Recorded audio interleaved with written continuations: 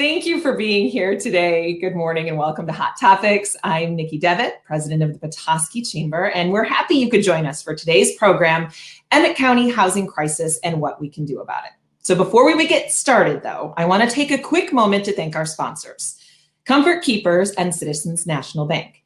Today's important virtual event comes to you free of charge because of their support.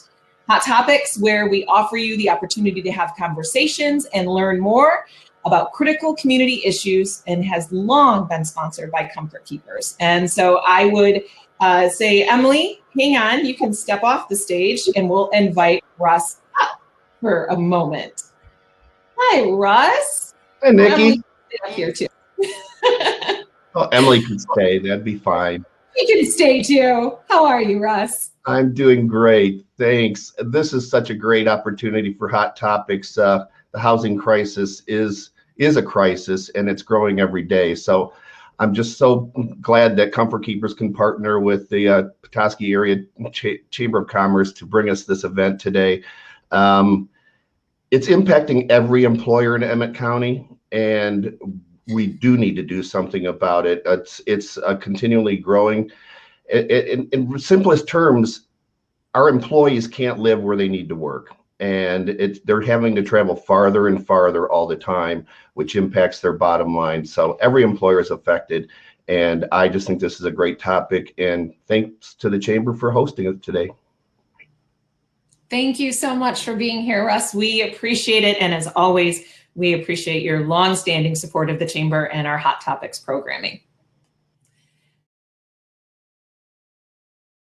Citizens National Bank, who is the sponsor of our Winfluence programming. So Winfluence is the overarch of Hot Topics. Winfluence programming is a broad scope, and we use this programming to build stronger businesses through education and enrichment. And Citizens National Bank is our marquee sponsor for that. So here today, on behalf of Citizens National Bank, is Regina Patton. Good morning, Nikki. It's a pleasure to be here today, and thank you for everybody for joining us. On behalf of Matthew Keene, our president, and Nancy Lindsay, our vice president of marketing, it's an honor to partner with the Petoskey Chamber on this Winfluence educational series. Citizens National Bank has had the honor of celebrating our 90th anniversary this year of being Northern Michigan's community bank. We've been serving downtown Sheboygan, or Sheboygan County, from the same corner on Main Street in downtown Sheboygan. And now with our recent purchase of the Petoskey News Review building, we look forward to our continued presence in the Emmet County system for the next 90 years. So CNB is my bank, with both financial solutions for you at home and for you at work. We hope CNB will be your bank too. So thank you for the opportunity, and we look forward to this informational topic today. Thank you so much, Regina. We appreciate you supporting us, and we appreciate you being here. Now, let's get to today's program. We encourage you to use the chat feature, and I don't know if I'm pointing in the right direction, if you have questions, as we will be addressing them at the end of the program. And as always, technology might not be our friend, so we ask for your patience if necessary. So let's talk about housing. We know you hear about it all the time, and you should. Housing shortages exist at all price points and have reached crisis level in Emmet County. So we hope that today's program will help you understand the demand, the challenges, and the opportunities. And to help us understand this critical issue better, I would like to now invite Emily Meyerson to the stage. And I'll tell you a little bit about Emily. I'm gonna make her sit here and listen. Emily joined Housing North and the Little Traverse Bay Housing Partnership in July of 2020 as its newly created program coordinator. She comes to the position with a master's degree in urban planning and over 25 years experience in local community development. She had several years of experience working for Emmet County and Bear Creek Township in planning and zoning before launching her own consulting business, Meyerson Consulting, in 2003. From 2003 to 2015, she served as the Trailways Coordinator for the Top of Michigan Trails Council, where she facilitated the development over 280 miles of interconnected multi-use trails. Emily's passion is advocating for the preservation of small towns and creating safe, healthy, and livable communities.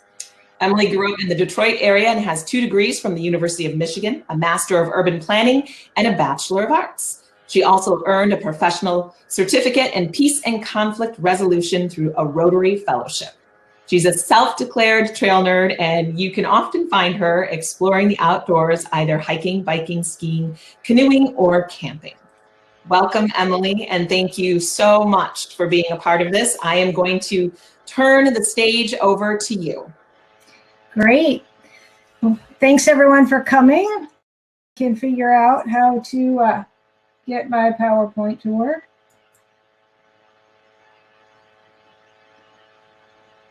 Let's see if it's, there we go. Is it in slideshow mode now?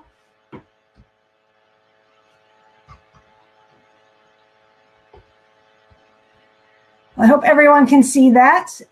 Thank you for having me. I'm very excited to be here at the Petoskey Hot Topics conversation to talk about housing, because it really is a hot topic and it is critical, as everyone has talked about.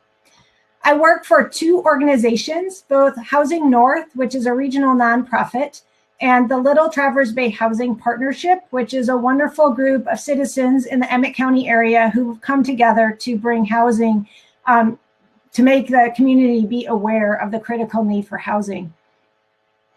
Housing North is a nonprofit, and I like to start with this slide because I think it's important to think we need solutions both regionally and locally. Housing North covers Northwest Michigan, and they build off three pillars of awareness, and that's why I'm here today to talk about this. Advocacy, to talk about to advocate on a statewide level, because as I'll talk a little bit, that we have issues that a lot of funding for subsidized housing often goes to urban areas. So how can we bring more solutions to rural areas? And then capacity and resources. And one of their capacity building is to create positions like mine in each county that they cover in their region. Right now, there's a position in Charlevoix County, here in Emmet County, and they're working also in Manistee County. So let's talk about the problem. This is just a great quote from our former Petoskey Chamber director, who really helped bring housing to the forefront as being an economic issue, because we have a workforce shortage. Basically, he realized we have a workforce shortage because we have a housing shortage, and that really created a crisis in our county. And that is a word we use more now, and I really think Carlin brought that to the table to be talking about that we are in a crisis mode. So why is housing so important? And honestly, it really comes back to our local economy. It's all about our local economy. If we can't retain and attract a local workforce, that's bad for our economy. If we can't retain or attract employers to come to our community so we continue to grow and change, that's bad for our economy. If we can't attract young people and families to our community, I think about our future and where we're going. That's very bad for our economy. If we don't allow our seniors to stay in our community because they want to move from maybe a larger house to a smaller house or a condominium, that's also bad for our community if they're moving outside our place. And then the long commutes. That's really important, because if you're commuting a long way, you're most likely not doing other things that you might be spending money in the local community or participating as a volunteer or different activities. So it's all about our economy. So people ask, if it's about our economy, then why not just build it? If there's supply and demand, what's the problem? And just like most complicated problems, it's complicated and there's lots of issues. And so there's no easy answer. So what are the barriers? Construction costs. Last summer, I was told costs were up to about $300,000 a square foot. And I heard that they might rise again this summer. So if you think about, $300 a square foot. If you think about $300 a square foot and you times that by 1,000 square foot home, so which isn't very big, you're looking at $300,000 for 1,000 square foot home. And that doesn't include land costs or infrastructure or anything else for your house. So you can see that's a huge barrier. We have a high cost of property in our area. We also have a high cost or a lack of infrastructure. Our towns develop sort of compactly, and our infrastructure ends at those, typically at the ends of our municipal boundaries. So we have an issue with extending infrastructure that's a high cost in order to have higher density homes and more rental units. We have a labor shortage, as you all know, in our trades, and often those folks are working on the high profit margins of vacation homes because that work exists. So why wouldn't they? I don't blame them. We have zoning that was really created in the 1950s. I sort of compare it to an old operating system, and hasn't really been modernized for today's needs. So really rethinking zoning. We have a lot of opposition to public housing developments and just changes in zoning. So how to change that? We have long-term rentals leaving to a short-term rental market, which was really heightened with the COVID boom of last summer, as well as an increase in the percent of our homes in the second home market, which also had a huge increase last summer. So we have about in Emmet County, about 33% of our homes are vacant, of which 80% are seasonal. That was before last summer, those statistics. So that's a lot of second homes, basically what it is. And last summer, talking to realtors in the Petoskey area, there was a huge increase of that. They were selling a lot of homes to people that could move here for the first time because they could work anywhere. And they moved here to work and maybe keep their house for an eventual retirement home. So that creates sort of ghost towns where you're just like, you have, whole neighborhoods or streets that are empty in the wintertime. We had a change in demographics. A lot of people have asked, well, how do we have such a housing problem? Our population hasn't increased that much, but our demographics to a smaller household size has. Households used to have, often, if you think about it, 6 to 8 people living in them. Families had 6 kids, 4 to 6 kids, where today most families have 2 to 4 kids. You have a lot of single people living in houses. So our demographics have gone down to under 2 per household, where they used to be over 3 per household. And as I said earlier, a lot of our state program grants are designed for urban areas. So that all relates to why we haven't been able to build more housing.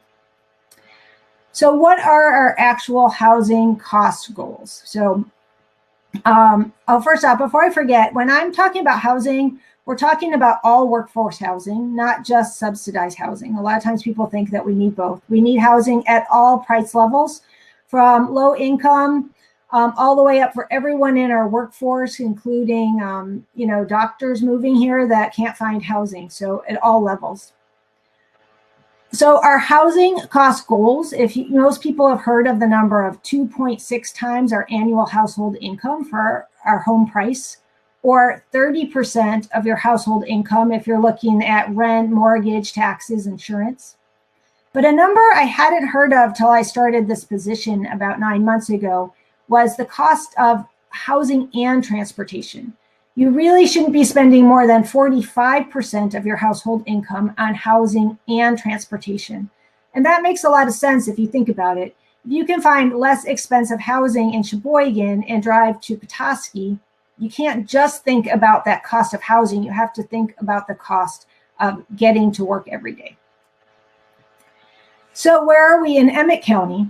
26% of the people living in Emmet County, so our Emmet County households, spend over 30% on housing costs. And when I first saw that number, I thought, that's not really that bad, right? It's not good, but it's not terrible. But then I realized that's for people who actually have housing in Emmet County. So that's not the people commuting from farther away. So that's when you look at this housing plus transportation, there's an actual index that does these numbers for you that you can look up. The Emmet County workforce has 92% of our workforce spending over 45% on housing plus transportation. So what that makes me realize is I think people are commuting for a long way to work in our communities. And so what aren't they doing if they're doing that? I just think about that. I believe that small towns really succeed and function because of the social capital of people investing volunteer time into our communities. But if they're spending all this time in a car, what aren't they doing? They probably don't have time for that social capital. They might not have time to volunteer in their schools. they might not have time for mental and physical well-being exercises. So all those things become really important to have a healthy community. And when I look at this number, I think that we have an issue with people. Most people in our workforce are having to live outside of our community. So I just put this up. I'm not going to read all this, but when we look at who is our workforce and how do we have successful communities and who needs housing, I put this up to say, we need housing for everyone, and it's all the people that make our communities work. We need housing for the childcare workers that make $25,000 a year. We need housing for the EMT drivers who make $32,000 a year. And we need housing for those IT specialists that make $46,000 a year. We need housing at all these price points. So where are we today on the affordability? Is currently Emmet County has, if you look at 1, 2, and 4 person households, and you times that by the 2.6 number that I talked about earlier, you can see our affordable home value for those households would be between $124,000 and $176,000. If you know anything about real estate market, you know that it's pretty much impossible to find housing at that cost. The average home value at the end of 2020 was $250,000 a year. So we do have an affordability issue as well as an actual number of housing issue. So how many houses do we need? How many new rental units do we need? Housing North did a target market analysis. They had one done actually to find this exact number out, because this was always an issue when you start talking about funders, you start talking about grants for different things. You need these numbers. How many units do we really need? The target market analysis showed that Emmet County needs over 2,200 new housing units. And that's really a staggering number. And that's today. That's not planning for growth or change. And this was actually a 2019 number, so not a 2021 number. So 2,200 new housing units. Of those, we need 1,800 new rentals and over 460 new houses. Of those rental units, it showed we needed over 1,800. We needed the 1,800 rental units. We needed over 1,200 new units at that lower income range at a rent of about $650 or less per month. And those would probably be more your subsidized units. But we also needed over 400 new units for those incomes, household incomes between $28,000 a year and $40,000 a year, and over 174 new units at $42,000 a year. So when you think back to that chart of who in our workforce is making that number, you can sort of see it's for everybody. We need housing at all levels. For new homes, we also needed over 180 new units at less than 150,000 household income, and almost 200 new units for those household incomes between 175,000 and 250,000. It's a lot of new houses, as well as a bunch of new houses for home values between $275,000 and $400,000 a year. And I know from a personal experience, I have a good friend who moved here who works at the hospital. They're looking for a house at that $450,000 range, and it is impossible to find one. They have been looking since September. When a house comes on the market, it is gone within 24 hours, and it's usually they're overbidding to get those houses. So we just have a lack of supply. To take that 2,200 new units, this isn't additional numbers, but the target market analysis did break it down into municipalities. So the city of Petoskey, it was showing needed over 500 new rentals and over 78 new homes. And I just wanted to bring that up because I'll talk a little bit about where can those go, because some people think we don't have room for them, but I believe that we do. So now you know, you've heard we need more housing, we need affordable housing, we need more units, rentals at all price points. So what are the solutions? And what we found that there is no single solution. We are not going to build a whole new city with 2,200 new housing units. So lots of little things need to happen and lots of big things need to happen across a lot of disciplines. So solutions could be grants and low interest loans to bring down the price points so we can have housing at these different levels. Land donations and tax incentives, building public support and understanding why we need housing, which is why I'm going around and giving this presentation. That's in order to be supportive of zoning changes to allow for some of that. Legislative and policy changes to create new tools and revenue, training and apprentices to build capacity in the trades, and then public and private partnerships, and then all sorts of different housing between large multiple family, duplexes, infill housing, accessory dwelling units, all ways to increase density on our existing housing platform. We need year-round housing incentives to keep the housing stock we have for our workforce, and short-term rental regulations, again, to keep housing for our workforce. So there's no single answer. So in Petoskey, we have particular issues, and I've given this presentation, and I do change it for different areas. The big issue for the Petoskey area are vacation homes and seasonal homes.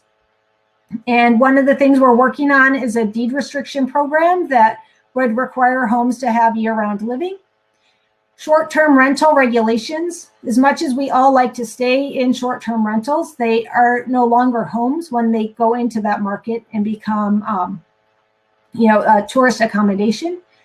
In Petoskey, there are regulations, so the issue hasn't been as challenging compared to our neighboring jurisdictions like Boyne City and Charlevoix, but we still have a large issue with short-term rentals in the township surrounding the city of Petoskey. High land values, high cost of building, our decrease in household size, building out in the community and no room to grow, and then zoning limitations. So that's where I'm going to get to just an example. And this could be done in any of our communities, but I'm going to use Petoskey since this is a Petoskey Chamber event. If you know Petoskey, this is primarily the city of Petoskey. The blue line is the city limits, so you have some of Resort and Bear Creek Township. The colored areas are public lands, except for that salmon color. So we have a fair amount of public land in Petoskey area. So that makes me think we really should think about our highest and best use of public lands. Is all the land being used to its highest and best use? This is where we have water and sewer capabilities, that infrastructure I talked about already. So it would decrease the cost to extend that. So can we better utilize those lands? So that's something to think about. And then the salmon color are our vacant lands right in that area. So there are some vacant lands where there's some possibilities. And this is a little misleading because I used a query in the county GIS, and it's just those lands that are residential through taxing. So some lands are vacant, but they're not taxed as residential. So there are other opportunities. And then you add in, these are the other sort of peach salmon that I just added, are lands that are single family residential, but are larger than a half an acre within the city limits. So in those areas, you could add more housing. You could easily just add a second home on those lots. So you could increase your density or infill where we have existing infrastructure. And then when you start to rethink things, you start to think about our downtown, the second floors of buildings that might be vacant, or one-story buildings like that Petoskey News Review building that Citizens National Bank just bought. Could you put a second or third story to have more housing on top of it? I think about underutilized strip malls with the way our economy is changing. Are those still viable? Are there better uses for their strip malls? That parking lot in front of Bed Bath & Beyond with wonderful views, could that be housing? And I think about our urban core. Our industrial core along the river. As much as industry is very important, industry has changed. And are they viable for industry anymore? And would they be better served for a higher density residential development? And that brings to some ideas about those lots. People think, well, they're just single family lots. There's not a lot of room for new development, or maybe right outside the city limits, there might be room for more development. And I like to bring this up because I'm sort of spreading the word to just open people's mind and think a little bit differently about zoning. In the 1950s, when zoning really came to be, we had single family residential zoning, which you've heard about. On the left-hand side of the screen is the white buildings, and multiple family housing on the left-hand side of the screen. But historically, there were all these other types of housing in our downtowns. There were duplexes, fourplexes, apartment buildings, and they all existed historically. But zoning sort of made them not be allowable anymore. And so people started to forget about them.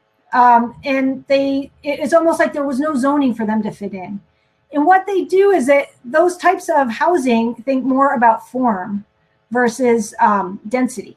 And so it's just a different way to think about it. So if you took one block, if you look at this, the white buildings, again, are those single family buildings we just talked about. And the yellow buildings are a form that's similar in style to the single family, but they actually have other types of housing in them, like duplexes, fourplexes, apartment buildings. And this has just been a hard thing because we're so used to single family and multiple family zoning. But this could be used within the downtown, but I also see it being used on potentially a new subdivision development. Why allow just single family homes? You could have a mixture of that, which would increase your density just within that neighborhood. And some people still have a hard time with it.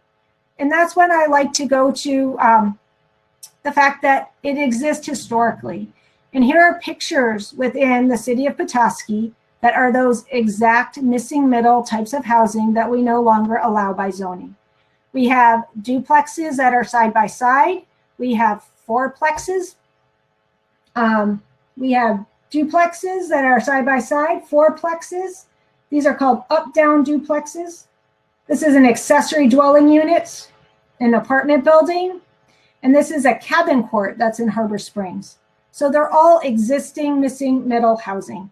And they're just things to keep your mind open because we're hoping to see some zoning changes in the future. And some of these ideas are going to be brought up and we are looking for support. So what can we do? We can support these kind of zoning changes. It's one small piece of the puzzle, but it is a piece of a puzzle to allow for smaller lot sizes, to allow for different types of housing, accessory dwelling units by right in all our districts, increasing height in certain areas that make sense, and density for multiple family districts. Supporting year-round housing incentives and short-term rental regulations. Support and encourage local governments to utilize tax incentives and creative financing tools. Support the highest and best use of public property and the potential use for donating or selling them for housing developments. Because housing is our future. We need housing for a successful community. And then consider yourself. Do you have a vacant home or a lot that you could sell or donate? Could you donate a deed restriction if you live in a house for year-round use, so it always stays that way, especially if you're thinking about selling it? Could you create a duplex or accessory dwelling unit for a year-round rental? And could you rent a room for long-term rental? So those are all things that we all can do. Housing North has a program called Homes for Our Future, and it's a campaign and call to action to just make everybody aware that this is a concern and an issue and what you can do. If you go to homesforourfuture.org, you can find more information on how you can endorse the campaign. You can show up and speak up, and that's why you're here today, so you're already doing that. And you can really think about how you can be part of this solution because it is a community issue and a community crisis, and we all need to be a part of the solution. So that is all I have for you today, and I'm here to answer any questions and have a further discussion about housing in Emmet County. Thank you so much, Emily. That is a tremendous amount of information, obviously, and it is such a all-encompassing issue. And so while we're waiting to see if we get some questions in the chat box here, one of the things you referenced was supporting zoning changes and making your voice heard. Are we seeing more of an awareness to the fact that we do need to start having those zoning changes in place so that we can start making those adjustments to increase our density, increase our height? Are you seeing that, especially from your perspective?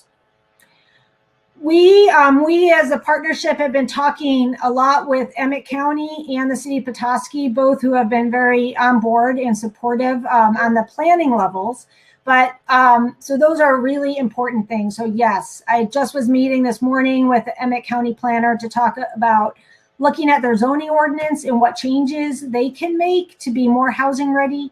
Their master plan shows certain areas to be multiple family residential, but they're currently zoned single family residential. So can they be proactive and make some of those changes? And the City Planning Commission, who just finished their master plan, has just started going through a long list of potential ideas of how to make the city more housing ready. Excellent. So those things are going, but they will all come to a point where they'll be at public hearings. And at that point, you know, hopefully we can get those changes passed. And that's where an opportunity for those who are here today to make sure their voice is heard and they advocate for those changes and advancement as well. We have some questions in here for you. So is there a community that has been successful or is a model to strive to housing is an issue across the country? So obviously we know that.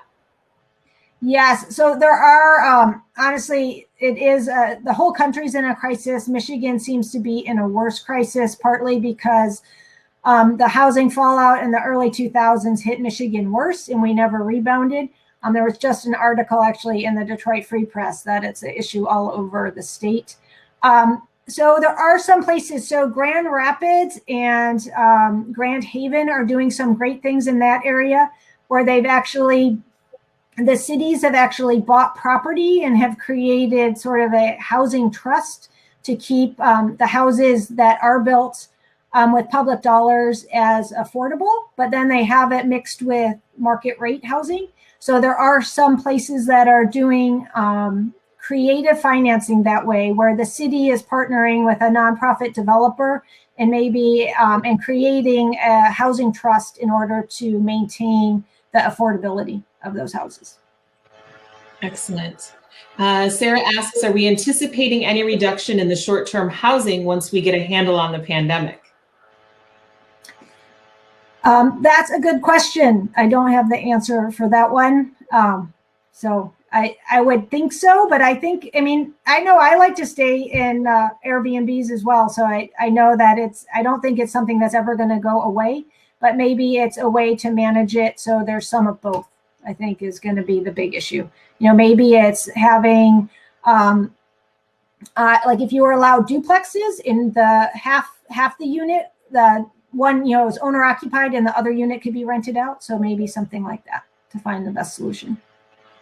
Absolutely. Okay, I have a single family home with a 2-car garage on 2 lots and a vacant lot next door within the city limits of Boyne City. I'm considering the best course for development and would love to contribute to the community by helping meet this housing need. However, the numbers made it really difficult for me as I'm nearing retirement and simply cannot personally carry the development debt long term. Are there public and private resources available to small-scale resident-driven projects like that she should be considering? And I will say, Bonnie, thank you for that. No, that is a big problem right now. Our numbers are so high, it's making it hard for anyone to build anything. So I totally understand. There are our community foundations in both Charlevoix and Emmet County have been super supportive of housing and actually are contributing to both the housing ready positions. So there are some ideas of having low income loans. I know in Emmet County, there is a possibility of that. I don't know if they have that in Charlevoix County to help bridge that gap, as well as potentially some grant funds to help bridge that gap. So those are some things that we've been looking into, but we still haven't solved completely the issue, the funding issue. And it'd probably be good too for her to go to the Homes for Our Future too and participate in that and be connected with that program and maybe develop some resources from there as well. Yes.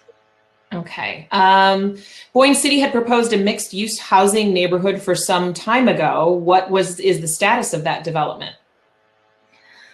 I'm sorry, I'm not that familiar with Charlevoix County. I would suggest talking to Steve Schnell. He's the Housing Ready Coordinator for Charlevoix County. He could answer those questions, and his information can be found on the Housing North website. Excellent. And we'll drop that in the website as well as or in the chat, as well as Homes for Our Future. Are there any short-term solutions to housing, such as manufactured homes, temporary homes like they did in the Marcellus Shale area for seasonal workers?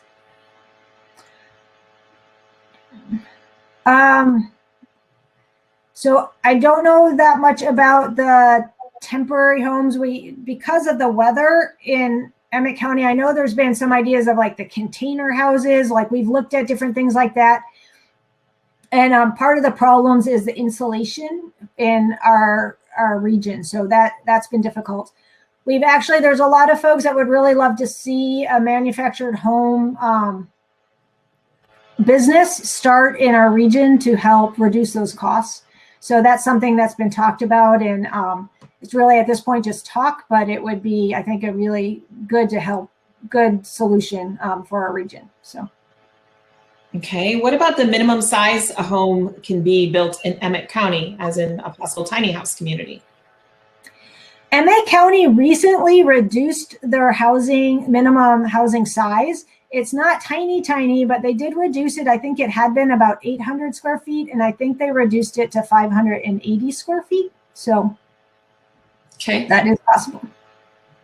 Oh, Jesus, can you make the slides go away so we can see us better?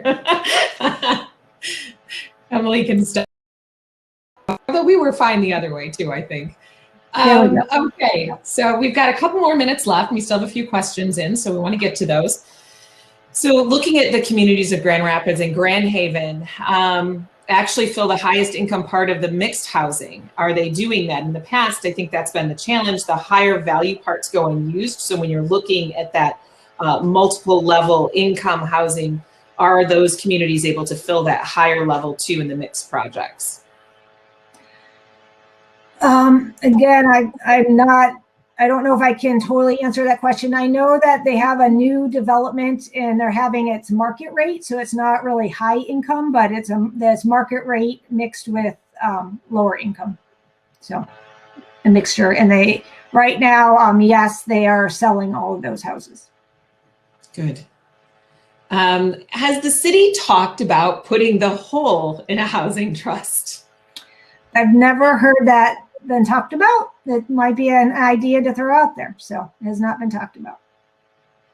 All right. And so we did put Housing North as well as Homes for Our Future in the chat. Offer the opportunity for anybody else who might have a question to go ahead and type it in, and we will be happy to get to that. We'll return you to your tables too here in just a moment, so you have the opportunity to have a little more discussion if you wish until the event ends at noon. What we really encourage you to do more than anything is take the information that you've gleaned today, that you've gained today, and spread that. Start those conversations with housing. We'll be happy to be posting this for you recorded wise so that you have it as well to share. And Emily, I'm sure we can get that slide deck attached to all participants as well. There's a lot of hard data there that the more people who have it, the better it is to understand, and we start making the next steps and having more conversations like this. So our follow-up from the Chamber's perspective to this is going to be, how do we start convening those conversations? So that's what we're hoping to do next, and we hope you spread the word as much as possible about what we need to do in this crisis situation. So I don't see any other questions in the chat, but lots of kudos, so great job, Emily. And if that's enough, hold on. Possible good news, Mishta is considering, yes, I didn't want to jinx it. I think Emily and I are both like, housing project, Petoskey Square as well as Victory Square, so 110 units total. Didn't make it through the first But hopefully this second capture, and that's one of the bigger issues at hand too, and that is that we're treated differently in Northern Michigan. We don't get the preference that the urban cities get for housing issues. And that's something that's crucial moving forward as well, so that we do have more disparity in that, paying attention to the fact that we have housing issues too. And just because we're not building 300 units doesn't mean that it's not impactful for our rural communities. So we could go on that one too, but we'll stop. And yes, so Victory Square would be the tribal set aside, and there's a lot. Oh, there's so much that's coming, but we need everybody to stay informed. So we'll send you back to your tables for a few minutes to talk. We'll make sure we share all this out to you in the future. And thank you again so much, Emily. We appreciate it. Thank you. Thanks for having me.